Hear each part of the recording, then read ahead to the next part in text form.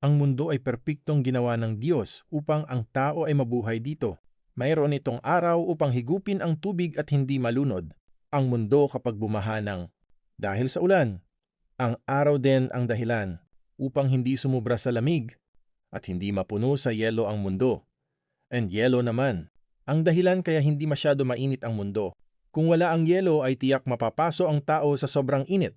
Mayroon din itong hangin upang makahinga ang tao at ikalat ang lamig at init upang hindi ito manatili sa isang lugar lang. Ang tao naman ay perpektong ginawa ng Diyos at akma para mabuhay sa mundo.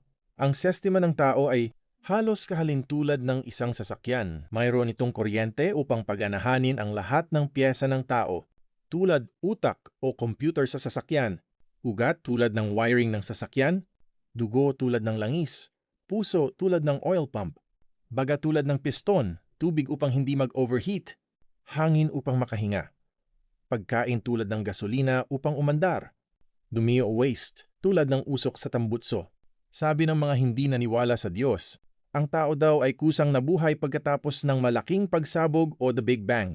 Ang tanong, saan makikita sa mundo na ang isang pagsabog ay nakalikha ng buhay? Ang sabi naman ng iba, ang tao daw ay nagmula sa unggoy. Ang tanong, nakakita ka na ba ng unggoy na naging tao? Kaya mga kapatid, lahat ng mga teorya ng mga hindi naniwala sa Diyos, huwad at huwag paniwalaan.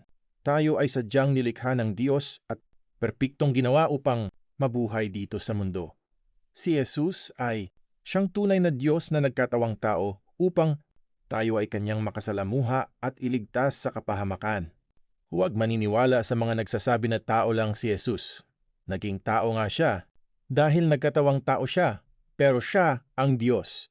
Bago pa man siya naging tao, ay sinabi na niya na siya ay baba at nagkatawang tao.